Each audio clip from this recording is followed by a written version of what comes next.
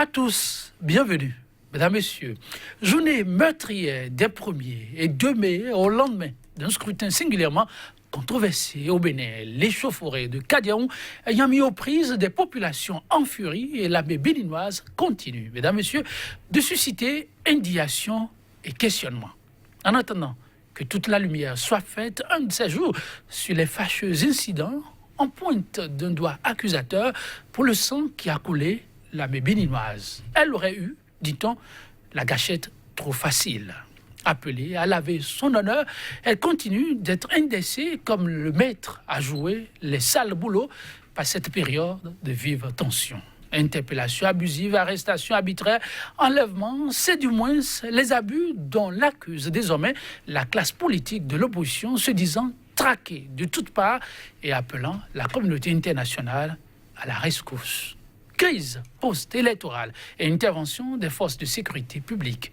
Nécessité d'un recadrage des forces armées béninoises. C'est là l'interrogation à valeur de thème au cœur de ce numéro de votre émission 100% Bénin. Le regard de 2 hommes de contact avec le peuple de pas. La profession, un enseignant juriste et un professionnel des médias.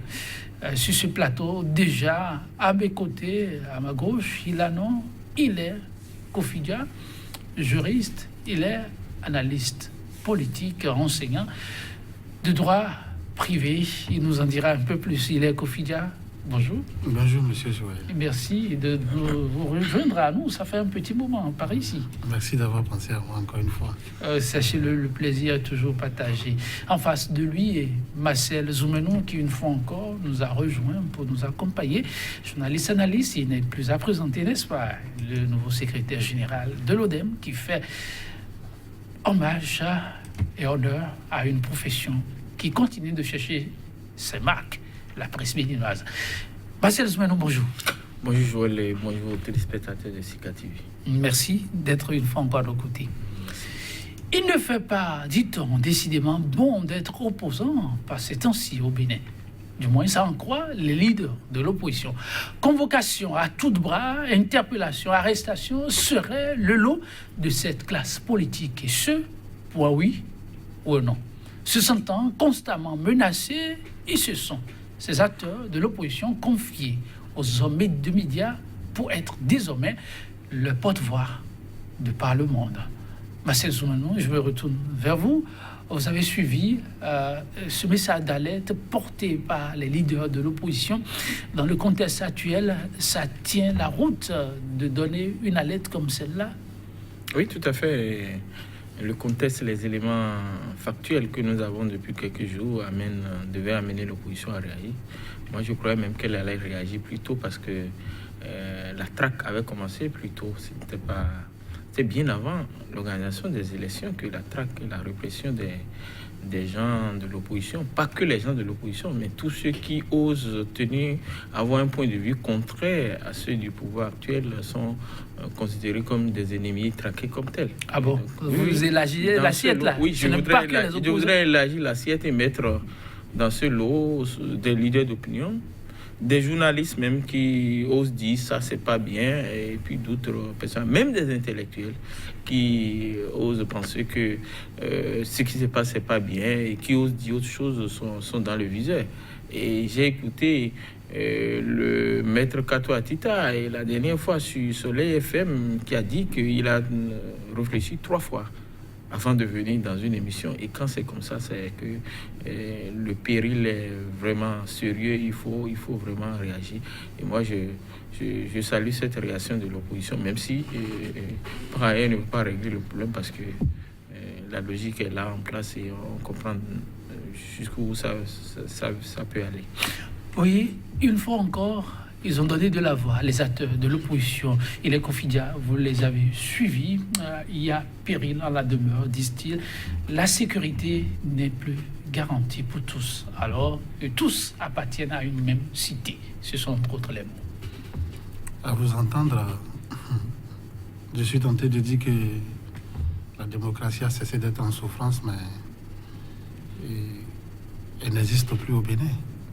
Parce que lorsque l'armée qui constitue un microcosme lié à la société, donc qui a un rôle de défense de la souveraineté et de protection des citoyens, on vient à tirer à balles réelles sur les citoyens, ne serait-ce que pour les décourager ou pour les interdire d'exprimer leur colère ou leur mécontentement de ce que l'élection, loin d'être inclusive, est exclusive.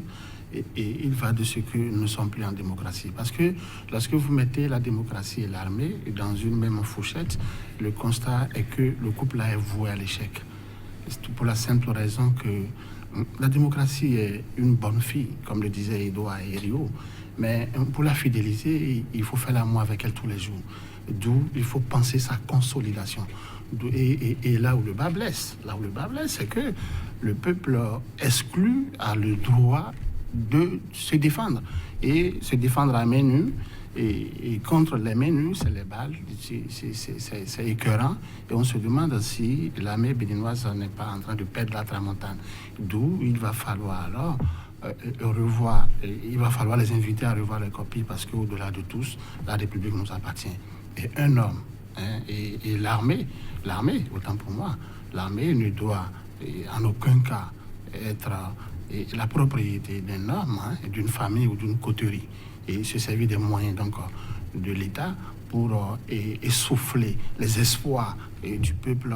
C'est pas le rôle qui est assigné à l'État. Plus de 10 jours après les incidents des premiers deux, il a confié. Pensez-vous que ça fait pertinent de tenir de tels propos? Quand on a suivi surtout les responsables plus haut niveau de l'armée dire qu'ils restent au service du peuple et donc une armée républicaine. Et ce qui est arrivé reste un drame qui sera élucidé. L'armée a une mission de service au public, c'est-à-dire celui de protéger la population. Donc le rôle de l'armée est républicain. Et ne nous trompons pas. Mais et comme le dit bien Socrate, nul n'est méchant volontairement. Le peuple n'est pas allé à la rue pour rien. La cause profonde de cette crise post-électorale dont nous parlons ici, c'est l'élection de l'élection législative. Or, vous savez bien que moi qu'une élection sans une culture électorale n'est rien d'autre qu'une ruine de l'électronisme. Pourquoi? Parce que la culture électorale, on l'a brandie ici chez nous au pays, voudrait que et parti d'opposition et parti de la mouvance puissent compétir. Donc c'est cette exclusion qui a fâché le peuple. Donc l'armée devrait contenir, devrait encadrer la colère, la manifestation, l'émeute du peuple. Parce que en démocratie, on a choisi d'abandonner tout rapport de force. La démocratie n'accepte pas la violence. Si l'intervention de l'armée se justifie sous deux formes, la forme fondatrice et la forme correctrice. Mis à part ces deux formes, l'armée devient la propriété d'un individu et en tant que tel, nous basculons, nous quittons le terrain de la démocratie pour une autocratie. La preuve, vous êtes en train de citer des enlèvements, des rapts, ce sont des acteurs de l'opposition qui tiennent ces propos. On va apprécier ensemble leur portée. Ils ne sont pas mes propos. Vous avez suivi Marcel Zoumenou, ses premiers responsables au plus haut niveau des hauts gradés de l'armée, expliquer que le travail à signer reste un travail républicain.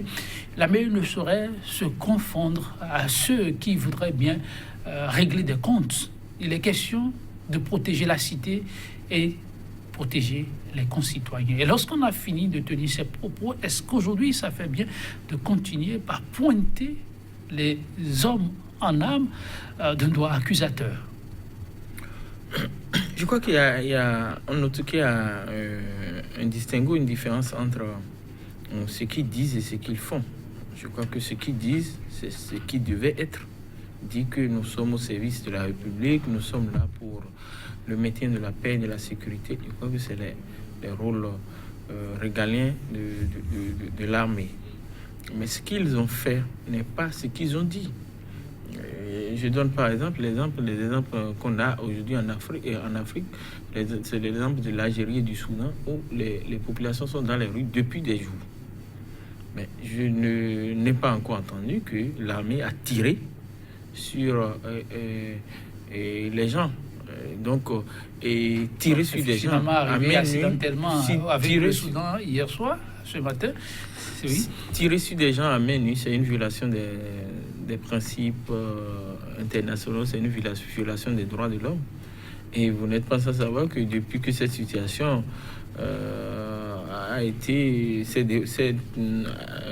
s'est tenue ici, il y a beaucoup d'organisations internationales qui s'intéressent de plus en plus au Bénin. Avant d'entrer dans ce studio, je viens de lire le communiqué de Amnesty International qui parle de 5 morts. Et quand Amnesty International le dit, c'est pas souvent une organisation qui se trompe sur ces choses-là. 5 morts à balles réelles sur des populations à main nue, je pense que ça pose un problème. Et donc, quand vous avez tous ces éléments, je crois que l'armée ne peut plus trop bomber les torses pour dire voilà, nous sommes dans nos rôles, nous sommes dans les missions régaliennes qu'on nous a confiées. Je crois qu'il y a une erreur, bien il y a une faute professionnelle qui a été commise. Et je crois que il faut constituer les responsabilités. Le chef de l'État, le gouvernement devrait situer les responsabilités parce que ça ne peut pas rester... Le gouvernement, Marcel Zoumeno, il l'a annoncé, il y a une enquête qui est ouverte et le travail est en train d'être fait pour que les clarifications nécessaires s'imposent. Pendant que ce travail est en train d'être fait, Marcel Zoumeno, il est Kofidia et voilà l'opposition qui monte encore au créneau. Une erreur, vous l'aviez vous dit, ça peut être ce qui s'est passé pour qu'on assiste malheureusement à ces incidents malheureux. Mais l'opposition montant au créneau donne de la voix en pointant directement d'un doigt accusateur l'abbé qui serait dans de mauvais rôles par rapport à la situation de crise qui prévoit actuellement. Nous allons ensemble essayer d'apprécier la portée des messages relevés par les acteurs de l'opposition. Ça va être avec la complicité de la régie. Au devant de ces acteurs, l'ancien vice-président de l'Assemblée nationale, ancien parce qu'il y a une mandature qui est en train d'être installée. Il s'agit du premier vice-président de l'Assemblée nationale, 7e mandature, Éric Rondeté, qui portait la voix de ses pairs. Nous allons plutôt l'écouter. Ensuite, on revient dans ce studio pour poursuivre le débat. La régie. La dérive totalitaire est en train de s'ancrer et de se consolider dans notre pays. Les libertés publiques, les libertés individuelles sont menacées. La liberté d'expression, la liberté d'opinion, la liberté de réunion sont menacées. Il devient de plus en plus difficile d'organiser une réunion, y compris dans son propre domicile. Même les réunions de famille sont perturbées. Et le plus grave, c'est que chacun de vous observe depuis quelques jours des vagues d'arrestations massives en violation de tous les droits, y compris du droit d'aller et de venir. Le plus dur, c'est que les personnes qui sont interpellées ne le sont pas dans les règles suivant le code de procédure. On vous annonce que tel a été enlevé dans tel quartier par des agents en civil, tel autre a été enlevé dans tel autre quartier, sans convocation. Au cours des semaines, de la semaine qui vient de s'écouler, de nombreux jeunes, comptés en dizaines, ont été enlevés dans ces conditions, parfois à des heures indues, 2 heures du matin, 23 heures, 4 heures du matin. Vous avez observé aussi que la plupart des dirigeants de l'opposition, au niveau local ou au niveau national, tous ceux qui refusent la forfaiture, tous ceux qui refusent cette imposture, reçoivent de plus en plus de convocations, Madame Amisetou, Monsieur Fikara, Monsieur Atikou, etc. Et ceci tous les jours. Il reste un événement important sur lequel nous ne pouvons pas manquer de nous prononcer. C'est le siège, c'est l'état de siège que nous observons actuellement devant le domicile du président Yahi Boni depuis une dizaine de jours. Alors même qu'il y a eu des tueries sauvages, barbares devant son domicile, on observe que son domicile est pris d'assaut, en tout cas les rues qui ceinturent son domicile sont prises d'assaut par des forces de l'ordre. Tantôt on vous en annonce 300, 400, à des heures indues. Je pense qu'il est soumis là à une torture morale et chacun sait que la torture est un crime. Il est soumis à une torture morale en permanence. Quand ce n'est pas à 13h, c'est à 14h, c'est à 23h, c'est à minuit, qu'un certain nombre de mouvements se font à 1h du matin, que des mouvements se font un peu comme pour contribuer à le détraquer moralement. Nul n'est sans savoir que de la même façon, il lui est difficile, il lui est impossible ou refusé de recevoir son médecin, il lui est refusé de recevoir la visite de ses amis, de ses camarades de lutte, de ses collaborateurs. Tantôt, on annonce que nul ne doit sortir ni entrer dans son domicile. Nous aurions même appris qu'on a refusé que la nourriture entre dans la maison.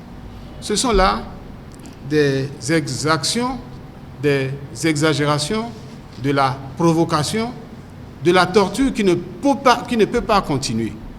Et nous appelons le gouvernement à mettre un terme à cela le plus rapidement possible. Qui n'a pas vu dans la ville de Cotonou ce déferlement de véhicules militarisés? Nous avions parlé des chars, des blindés. Nous avons maintenant les camions de militaires qui ne font pas que la ronde, qui débarquent aussi dans les maisons pour ramasser nos jeunes gens. Et donc, la quiétude des populations est perturbée. Nous sommes venus devant vous pour dénoncer cet état de choses. Au total, les Béninois ne sont pas tranquilles. Les Béninois, leur droit d'aller et de venir sont violés. Leur droit d'avoir une opinion, leur liberté d'opinion est violée. Leur liberté de parole est violée. Leur liberté d'expression est violée. Leur liberté d'association est violée. Leur liberté, leur droit de se réunir est violé. Nous ne pouvons pas accepter cela. Nous savons que notre démocratie est déjà bradée. Elle a été ensanglantée et endeuillée. Mais nous n'acceptons pas que nos libertés, que toutes nos libertés soient confisquées ainsi. Nous avons des dizaines et des dizaines de nos compatriotes, des étudiants qui finissent de regarder un match, qui sortent du lieu où ils ont regardé le match pour retourner dans leur cabine à l'université et qu'on ramasse parce qu'ils n'ont plus le droit de marcher ensemble. Ils ne peuvent pas marcher à 3 ou à 4. Ce sont là des choses qui sont totalement inacceptables. Nous demandons, nous exigeons que le véhicule militarisé, nous avions parlé des chars, des blindés, nous avons maintenant les camions de militaires qui ne font pas que la ronde, qui débarquent aussi dans les maisons pour ramasser nos jeunes gens. Et donc, la quiétude des populations est perturbée. Nous savons que notre démocratie est déjà bradée, elle a été ensanglantée et endeuillée, mais nous n'acceptons pas que nos libertés, que toutes nos libertés soient confisquées ainsi. Nous exigeons que le gouvernement corrige cet état de choses le plus rapidement possible. Eh bien, vous l'avez suivi, assez de faits brandis qui, pour ces leaders de l'opposition, restent des faits attentatoires aux libertés fondamentales. De l'autorité, la première, le chef de l'État et les COFIDIA, ils exigent que ce qu'ils considèrent comme des exactions soient corrigées au plus tôt. L'opposition en demande trop ou reste toujours dans le juste combat pour, comme elle le dit, la sauvegarde des acquis démocratiques. L'opposition n'en demande pas trop, d'autant que le jeu pacifié des rapports politiques est terminé. Et puisque l'armée qui est constituée pour la défense nationale, l'armée qui est constituée pour défendre la souveraineté nationale, L'armée qui est constituée pour défendre les intérêts des Béninois et donc des citoyens. Cette armée prétorienne semble être au service d'un homme. Donc, une armée manipulée. Une armée qui veut plaire au chef et qui, sans le vouloir, ou tout en le voulant, et va à des abus. Et tout à l'heure, quand on parlait des enlèvements ou des rapts, ça me fait penser aux djihadistes. Et cela veut dire qu'on n'est plus en démocratie. Parce que j'ai eu à lui dire que la démocratie postule l'abandon de tout recours à la force. Au profit de quoi? Au profit de la régulation juridique des rapports entre les acteurs politiques. Et lorsqu'on a trop fait de violer la loi, la violence s'installe. Et cette violence, dont l'armée en détient la paternité contre le peuple qui est supposé être protégé, et ça vient fausser complètement tous les acquis démocratiques dont le Bénin a fait montre pendant déjà 30 ans. Marcel Zoumano, l'armée NDC appelée à revoir sa copie, à jouer à fond sa partition de garant de la sécurité pour tous et donc jouer en tenant compte des tests qui régissent la République. Oui, tout à fait. Parlant des rapts aujourd'hui, moi je ne sais pas à quoi ça répond parce que nous tous nous savons que pour arrêter quelqu'un, il faut une convocation. Là, le député dit qu'il n'y a pas de convocation. Oui, sans dans les convocation, cas, on interpelle dans les cas que personnes. nous avons eu cette semaine, il n'y a pas eu de convocation. Et donc, on vous guette, et puis dans un coin de rue, et puis les gens tombent sur vous et vous prennent. C'est exactement la même méthode que la Gestapo utilisait.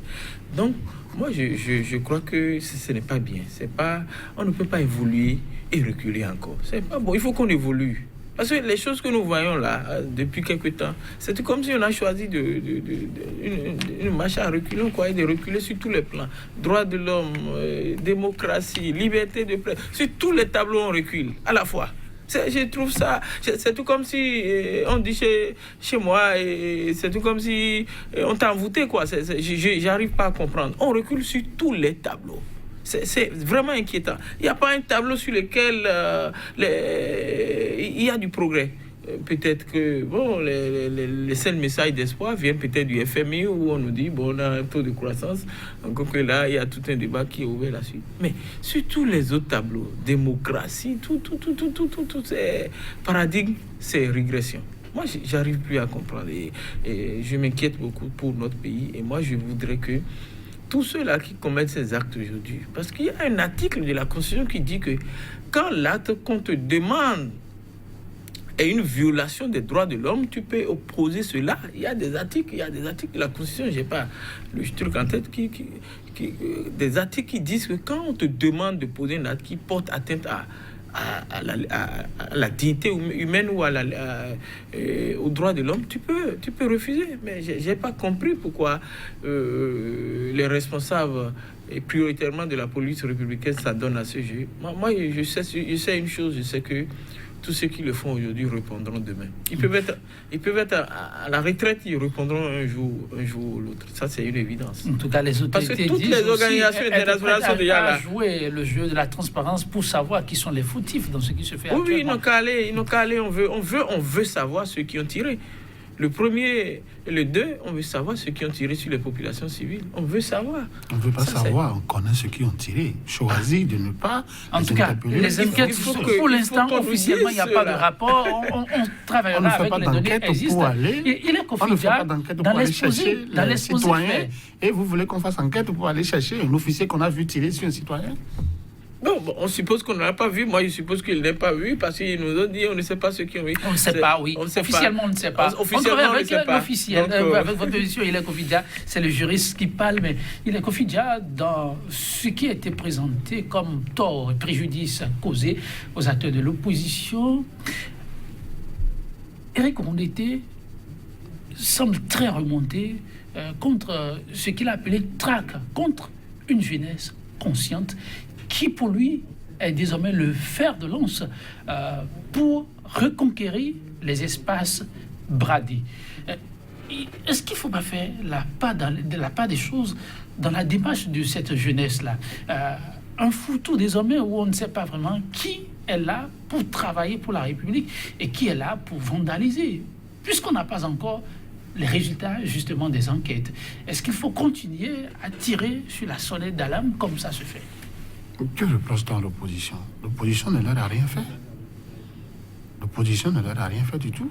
L'opposition s'est dépêchée de présenter ces documents pour aller aux élections. Vous avez parlé de quitus fiscal. L'opposition s'est mise en règle. Vous avez parlé de 249 millions qu'il faut déposer comme caution dans un État où le pouvoir d'achat, on sait. L'opposition s'est dépêchée de le faire. Vous sortez en dernière minute un certificat de conformité. Et vous seul, vous définissez les modalités de l'admission ou de la certification de ce document qui, pour moi, n'a aucun fondement juridique. L'opposition vous dit, n'allez pas, ne poussez pas le bouchon trop loin. Il y a le peuple qui observe. Le peuple observe et le peuple est fâché. Mais la goutte d'eau qui a fait déborder le vase, c'est le fait de vouloir priver l'ancien président de la République que malheureusement le système actuel est en train de valoriser. Parce que le peuple qui l'a vomi hier, aujourd'hui, ce peuple va se mettre au devant de sa maison pour le soutenir ou pour éviter que l'on l'enlève ou que l'on lui fasse du tort. Alors que dans un passé récent, on ne devrait pas, celui-là n'avait pas voix au chapitre ou droit à la cité. Vous voyez, et moi, ça me fait mal. Ça me fait mal. Dans la mesure où, en voulant jouer à ce rôle, on ne peut qu'avoir à dire la définition de l'adage communément, l'adage commun, vos populi, vos dei. Vous ne pouvez pas étouffer la voix du peuple. À un moment donné, le peuple finira par s'exprimer. Même si le peuple n'avait pas entendu que, on est en train de passer par des intrigues de couloir pour kidnapper ou pour enlever et l'ancien président de la République en la personne de Toutes choses qui ont été remises en cause. Arrestation, enlèvement, rien de tel n'est au programme. Officiellement, c'est pour le protéger. Pour le protéger. Quel danger coûte-t-il? C'est la population qui veut atteindre à sa liberté. C'est la population qui est fâchée, qui vient le soutenir, qui vient atteindre à sa liberté pour qu'on le protège. On protège quelqu'un seulement lorsqu'on sait que la personne est en difficulté. Nous savons que les politiques ont deux armes, l'argent et après savoir mentir avec bonhomie. Tout ça là, ça relève du mensonge. La vérité, c'est qu'à un moment donné, on a constaté que la présence de Yahi risque de soulever du monde, de la foule, et risque de donner une ampleur inespérée à l'insurrection. Et on a décidé simplement... Sa situation actuelle, on y reviendra. Je reste au niveau du cas des interpellations. Si on peut, parlant du cas de ce que, en tout cas, l'opposition a appelé enlèvement.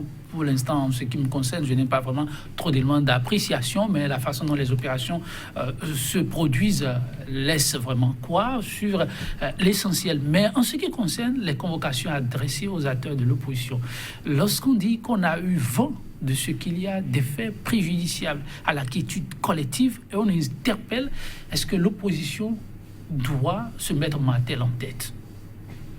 Je crois qu'on est toujours dans les ridicules, dans le ridicule, oui. Lorsque la police dit avoir des informations comme quoi il y a une opération qui veut être menée et vous seriez le meneur, la police n'est-elle pas dans son rôle de vous interpeller? Une police sérieuse n'interpelle pas par hasard. Elle interpelle quand elle a des éléments matériels qui conforte la thèse que la personne qu'on veut convoquer est effectivement impliquée. Mais dans les cas qu'on a vus, vous avez vu que tous les arguments sont tombés comme des châteaux de sable. C'est-à-dire que on regarde quoi, on imagine, sûrement que lui doit être en train de préparer quelque chose, il faut aller le convoquer. C'est exactement comme ça. Donc, vous et moi, personne n'est à l'abri. On peut imaginer que, comme lui n'est pas d'accord avec ce que nous faisons, c'est celui qui prépare quelque chose. Allons l'interpeller, l'écouter pour voir s'il prépare quelque chose. J'ai suivi le dossier Fikara, par exemple. D'abord, le monsieur, la circonstance dans laquelle on l'accuse, il n'a pas ces éléments là-bas. Il n'a personne à Porte-Novo. Il intervient dans une autre circonstance. Et on dit, il veut perturber l'installation de la 8e mandature. Ça pose un problème. Donc, c'est pourquoi je vous dis que c'est juste que les gens ont peut-être une liste de personnes qu'ils supposent ne pas être d'accord avec ce qui se passe. Et on regarde un peu dedans. C'est un peu comme un jeu où on fait un choix au hasard pour voir, tel que, il n'est pas convoqué le pouvoir. L'autre aussi convoqué. Une dame comme Afo Diobo Ami, c'est tout. C'est vrai, il a été député de la 14e circonscription. Non, 13e si je ne me trompe pas. Je me trompe un peu entre la 13e et 14e. Je passe de Basila, Waké et Copago. Et on la convoque pour dire, bon, elle est Chodan. Même si elle était un leader, encore que Chodan, je suppose que les gens qu'elle maîtrise, c'est peut-être des gens qui sont dans sa circonscription électorale là-bas, ou peut-être à Calabi où elle réside. Bon, je ne sais pas si elle peut avoir des éléments sur place à Porto-Novo pour perturber une installation. Donc, c'est des accusations fantaisistes et nous savons que l'objectif, c'est de perturber les gens, c'est de faire une torture morale et de troubler les gens pour pouvoir maintenir les gens dans une situation de respect jusqu'au 16, jusqu'à la date de l'installation de cette assemblée. Il n'y a pas juste, en tout cas, pour les convocations qui ont été faites jusque-là, je n'ai pas encore vu de convocation pertinente. La plupart, c'est des soupçons. On a eu des soupçons. Bon, une politique qui fonctionne sur la base des soupçons. Moi, je ne voudrais pas qu'on ressuscite ici, chez nous, Sékou Touré, avec le Camboiro. Ah oui. Les Guinéens connaissent cette histoire. De triste mémoire. Le mot soupçon, sur la base de soupçon, on vous convoque, on vous amène au Camboiro. Je ne souhaite pas qu'une autre république. Mais la science a aussi évolué. Parlant du droit, le Jésus nous dira un peu plus. Aujourd'hui, il est Kofidia. Lorsque la police a eu vent de ce qui pourrait être en train d'être tramé, un certain nombre d'actes attentatoires à l'équilibre social, est-ce qu'on ne peut pas vous interpeller? On peut vous interpeller, mais vous n'êtes pas tenu d'y aller. La deuxième fois, d'accord. La première fois, non. Donc, comme on sait que, bon, c'est des opposants et qu'à la première interpellation, ils peuvent ne pas venir. Et comme ils ont choisi d'en découdre avec eux, ils vont les chercher man militari. Et cela fausse complètement toute la procédure. Et ça fait que nous ne sommes plus dans un état de droit. Parce que nous sommes dans un état de droit et nous sommes guidés par les principes démocratiques. Et c'est surprenant que cela ressemble un peu à ce qu'il appelle Gestapo ou je ne sais quoi. Mais la question m'a fait passer une idée que je voulais partager avec vous et les téléspectateurs, mais ça va revenir. Ça va revenir. Oui, la démarche qu'on a remise en cause aujourd'hui et qui est décriée, parlant de la convocation adressée à ces acteurs de l'opposition qui manquent de pertinence, à en croire le citoyen lambda, que vous avez essayé de renchérir aussi. Au niveau du chef de l'État, dont vous avez posé un peu la problématique plus tôt, les acteurs de l'opposition pensent que ce qui se fait aujourd'hui aussi est de l'arbitraire, puisqu'officiellement, l'homme n'est pas assigné à résidence. La présence militaire d'un fort détachement ne répondrait qu'à une logique, celle d'une torture morale. Est-ce que ça s'explique ou ça répond plutôt à des thèses politiques? Vous savez quoi? Celui qui prête la guitare, c'est lui qui impose la mélodie. Donc, la mélodie qui a été imposée aujourd'hui à l'ancien chef de l'État, c'est que, bon, hier, toi, tu m'as contraint à prendre par la main arrière. Aujourd'hui, moi, je t'assigne à résidence. Je ne voudrais pas commenter la situation de Yahi parce que, excusez-moi, pour rester objectif, c'est un peu comme si la roue de l'histoire tourne. Si moi j'ai passé 10 minutes derrière Malaria et je me suis retrouvé à l'exil, aujourd'hui j'ai le pouvoir en main et donc je te rends les coups. En politique, on donne les coups, on les reçoit. Et je crois que cette situation qui prévaut aujourd'hui par rapport à la personnalité de Yahi Boni, ce n'est rien d'autre qu'une crise, qu'une envie de se venger de la part du puissant de l'instant. Le retour de Manivelle, c'est le puissant de l'instant. Et comme hier, on a soutenu Talon en disant il doit revenir, et Yahi a la crainte de Dieu, il a pardonné, lui, il est arrivé. Pour le moment, lui n'est pas prêt de le pardonner. Il a choisi de le réduire à cuillère, donc de le maintenir dans un périmètre. Et ce n'est que ça. Je suis désolé. Marcel Zoumenou, 14 jours déjà que la situation dure. Beaucoup ont conclu à une résidence surveillée qui ne dit pas son nom. Si on doit rester dans cette hypothèse, à quand la levée du dispositif en place? Non, ça dit son nom, c'est une résidence surveillée. C'est une résidence surveillée. Une résidence surveillée, le mot s'explique de lui-même. On surveille ta maison, c'est tout. C'est-à-dire qu'on filtre tes visiteurs, on filtre tes sorties, on limite tes choses. C'est une réduction des libertés fondamentales d'un homme quand on te met en résidence surveillée. Je suppose que toi, Joël, tu as peut-être, excuse-moi, une copine qui doit venir. Bon, on peut lui demander, mais c'est qui, pourquoi vous allez le voir. Et donc voilà, vous n'êtes plus libre de recevoir qui vous voulez. Donc c'est ça, le mot est... Enfin, le tri pour vous, oui, sans voilà, votre avis. C'est ça, une résidence surveillée. Et plus que ça, pour le cas du président Boni Yahi, il y a des parades militaires qui passent devant sa maison un peu pour lui montrer qu'ils sont là, un peu pour qu'il constate réellement qu'il a les gens qui sont là et qui attention, il ne faut pas faire n'importe quoi. Donc, moi, je crois que, comme on l'a dit, c'est une torture morale, c'est une torture psychologique. Ça n'a pas d'autre mot, c'est torture.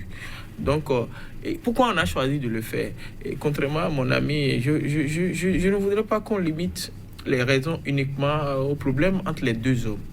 Puisque en temps, les choses ont évolué et lui, il est revenu ici, il y a eu un simulacre de pardon, il est revenu ici, il a pu Vous battre. appelez ça un simulacre de pardon?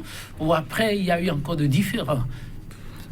Pour l'image que ça renvoyait, ça paraissait quand même sérieux. C'est vrai qu'il y en a qui en ont douté en son temps. Oui, beaucoup ont douté parce que avoir la profondeur de la rancœur entre les deux.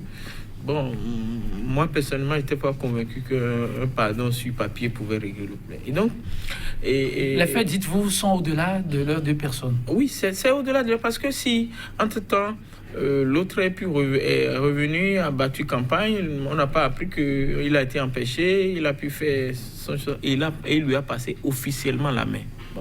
Bon, je suppose que là, ce n'est plus... Moi, je crois que s'il y a eu crispation aujourd'hui, s'il y a eu problème entre les deux, c'est à cause des options, de l'option politique choisie par l'actuel gouvernement, l'option d'organiser une élection exclusive et d'installer une assemblée qui n'en est pas une. Et je crois que, à écouter le président Boni Yahi qui a dit je n'accepterai pas cela. Donc, il a été ciblé comme une personne. Il n'a pas dit que ça. Il a dit je n'accepterai pas cela et dans 48 heures, je peux te faire perdre le pouvoir. Ah, ok. Il a été un peu excessif.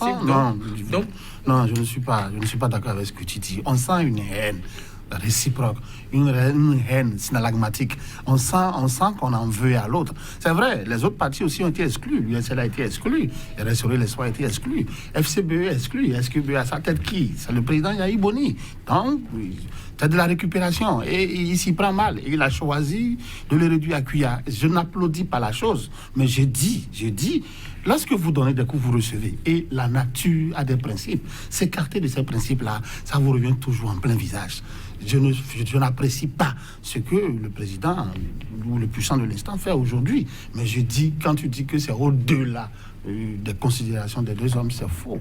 C'est simplement parce qu'il a constaté que, il m'a passé de la main, le témoin, avec une Bible que ni lui, qu'aucun des deux n'a lu. L'autre dit Dieu, l'a feuilleté. Non. Lorsque vous avez lu la Bible, pendant que vous étiez au pouvoir, vous n'allez pas traiter les citoyens qui vous ont élus de petits. Vous n'allez pas dire que j'irai chercher mes frères du Nord et ils viendront vous s'affronter à vous. Vous n'allez pas sortir les chars. C'est-à-dire, on a aujourd'hui la version empirée de ce qu'il y a fait.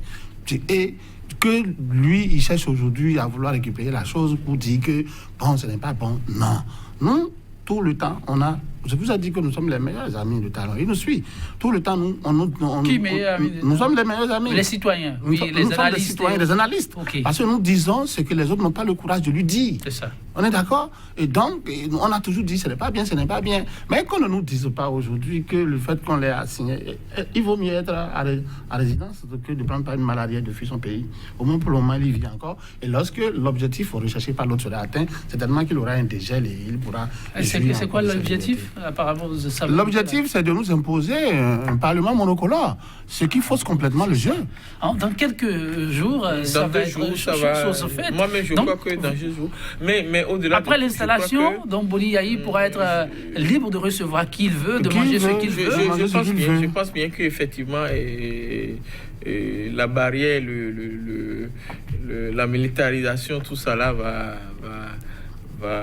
va diminuer après le 16. Je crois aussi cela, parce que on veut le contenir un peu, juste le moment, puisqu'il a dit je ne veux pas accepter qu'on installe cette assemblée, donc on veut le contenir un peu le temps Alors, peut-on conclure, Marcel Zoumenou, que le moment tragique, pour reprendre l'expression de l'analyse, que le Bénin vit aujourd'hui, pourrait être conjugué au passé, juste au lendemain du 16 mai? Non. Non, moi, j'ai une lecture moi, je crois que les problèmes vont commencer même le 16. Voilà, tout à fait. Moi, je ne crois même qu'il n'y aura rien le 16. Je crois qu'ils vont réussir à installer parce qu'on a quand même une armée pour maintenir la sécurité dans un périmètre aussi réduit que celui de l'Assemblée, avec la Cour. Pour notre armée, on a envoyé les commandes. Je crois qu'ils pourront réussir à installer. Mais les problèmes, je dis, cette assemblée nous fait entrer dans un cycle infernal. Voilà. Ça là, il ne faut pas que nous nous trompons sur ça. Ça nous fait entrer dans un cycle infernal. Sinon, il n'y aura rien le 16, je ne crois pas. Donc, 16 reste juste une date comme toute autre. Et qu'après le 16, le Bénin pourrait se retrouver dans l'obligation de se mirer et de prendre les décisions qui s'imposent. Autre chose est d'installer l'Assemblée le 16. Mais autre chose est de pouvoir s'y rendre tous les jours et d'opiner. Donc, comme il le dit si bien, les problèmes commenceront véritablement après le 16. Parce que c'est au moment où le système en place pensera qu'il a atteint son objectif, qu'une insurrection fut-elle, viendra. Ce n'est pas un souhait, j'imagine. Je ne souhaite pas. Alors, il est confident lorsqu'on reste dans l'hypothèse que après le 16, tout peut arriver. Et qu'après ce 16, puisque le chef de l'État jusqu'à présent officiellement ne s'est pas prononcé, et il prend sur lui la décision historique de s'adresser à son peuple, s'adresser à tous ces acteurs de l'opposition. Est-ce que ça ne pourra pas compter positivement dans le dégel appelé par tous? Il va s'adresser au peuple pour dire quoi? On reprend les élections? Parce que c'est la seule porte de sortie. Reprendre les élections? Oui, ça dit c'est la seule porte de sortie. Sans quel que soit le discours qui sera prononcé, avant ou après le 16, si ce n'est pas pour dire on reprend les élections, et opposants, et mouvanciers, venez maintenant, on va compétir. Et qu'on envoie une représentation digne de ce nom à l'Assemblée nationale, c'est qu'il n'y a pas, la crise ne s'assurera pas. Sérieux. La crise ne va pas cesser. Vous le pensez? Je le pense vraiment. Et le pire va arriver, comme il a dit, après le 16. En tout cas, on ne souhaite pas le pire pour le Bénin. On ne souhaite pas. Nous restons dans l'hypothèse qu'après ce 16, le chef de l'État prend sur lui la responsabilité de s'adresser à son peuple et aussi à tous ces frustrés de la République. Il utilise déjà. Comment on les appelle? Comment on les appelle? Je reviens vers vous. Comment on les appelle? Et ce qui a longuement faussé le jeu, c'est ce qu'on a appelé absence de récépissé à pour tous, certificat de conformité et autres. Et qu'au travers de cette sortie, le chef de l'État prend sur lui l'engagement de voir avec les institutions comment régler ces problèmes. Est-ce que ce ne serait pas suffisant pour voir l'accalmie une réalité? D'abord, même l'option de parler après l'installation, déjà, est symptomatique de la logique du gouvernement. Ça veut dire que si le chef d'État fait l'option de ne pas parler avant, mais après, ça veut dire qu'il n'est pas dans une option de relâcher quelque chose. Donc, comme l'a dit Hilaire Kofi, je l'ai dit, la seule option pour qu'il puisse sauver notre pays et notre démocratie, c'est d'annuler les élections. Et si le chef d'État parle après, c'est qu'il n'est pas dans cette option. Et moi, je crois que tout ce qu'il dira après l'installation, ça va encore avenimer la situation. Attendez, vous allez voir, parce que je sais à peu près, je peux deviner à peu près ce qu'il dira. Il ne dira pas autre chose que de rester dans la logique de ces déclarations précédentes, rester fidèle aux thèses qui ont été votées par l'Assemblée, je ne pouvais pas faire autre chose, je ne pouvais pas... Donc, c'est ce genre de discours. Ce n'est pas un discours qui peut aujourd'hui amener la paix. Ce n'est pas un discours qui peut régler un problème. Et moi, je crois personnellement que si j'étais à la place de ces communicants, de ces conseillers à la communication, je vais le dissuader de faire cette déclaration. Si ce n'était pas fait avant, pour dire quelque chose, pour rassurer le peuple, et c'est après l'installation que cette assemblée... Parce que j'ai quand même fait le tour, je n'entends pas beaucoup de Béninois acquiescer quand on dit qu'on vient installer une nouvelle assemblée. Il n'y a pas beaucoup de Béninois qui sont d'accord. Béninois, dites-vous, donc vous ne parlez pas d'acteurs politiques, le citoyen lambda? Le citoyen lambda, je ne parle pas des acteurs politiques, je parle des Béninois que je rencontre un peu partout. Il n'y en a pas beaucoup qui soutiennent qu'il faut installer une telle législature. Et donc, moi, je ne sais pas le problème qu'une telle déclaration va régler. J'ai appris que c'est uniquement l'intention de la presse internationale qui, ces derniers jours-ci, n'ont pas été tendres vis-à-vis du pouvoir. Bon, si c'est pour eux, bon, c'est vrai, je ne sais pas quel effet ça aura, parce que les gens savent aujourd'hui. Et ça, on doit pouvoir s'en réjouir. Parce qu'il y a d'autres pays où des choses plus graves se passent et personne ne sait. Mais au moins, aujourd'hui, les gens savent ce qui se passe dans notre pays. Je ne sais pas si c'est ici, je disais la fois dernière, qu'un confrère vietnamien m'a appelé pour me demander si les images que lui voit à la télé, c'est des images réelles qu'il voulait, comme il sait que je suis ici, qu'il voulait savoir si c'est réel. Donc, ça veut dire que notre problème est connu. Et donc, qu'est-ce que le chef d'État va dire, peut-être dans une logique de faire de la com' pour polir tout ça, pour polir l'image que notre pays a reflétée ces derniers jours. Je trouve que ce sera un travail laborieux, très difficile. Et je sais que les médias étrangers ne pourront pas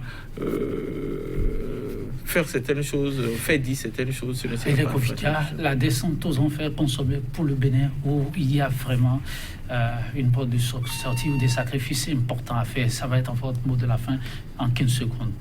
Non, il serait de bon endroit de consolider la culture démocratique pour éviter les interventions de l'armée dans la vie politique. Et comme malheureusement on n'a pas consolidé, on assiste à ce à quoi on assiste.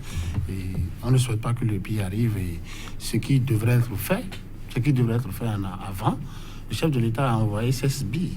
Le fait déjà, c'est-à-dire convaincre les électeurs et autres là, le discours de paix. On voit le député Saleh Faye Bako dans la circonscription. Donc l'appel que la démarche soit à la paix. Merci à vous, il est Kofidia, oui, Marcel Zoumeno. L'émission tire complètement à sa fin pour le Bénin de demain. Bon, pour le Bénin de demain, je crois qu'il faut travailler pour que les leaders politiques, ceux qui aspirent à diriger nos pays, puissent avoir un minimum de sens de l'écoute de leur population. Merci à vous, Marcel Zoumeno. Merci également à vous, il est Kofidia, cher réalisateur. Merci pour le clin d'œil. Nous l'avons compris, c'est terminé, chers téléspectateurs. Pour l'instant, décryptage du jour. Que faudrait-il faire pour espérer voir le Bénin remonter sur la pente qui était la sienne, une fierté continentale? La balle reste dans le camp des acteurs politiques, des dirigeants en première position. Un peu plus d'écoute et un peu plus de lest à lâcher. 100% Bénin pour l'émission du jour. Ce sera tout. Cette citation de Jean-Jacques Rousseau avant de prendre définitivement congé de vous. Il n'y a point de bonheur sans courage, ni de vertu sans combat. Bonne méditation chez vous et à très bientôt.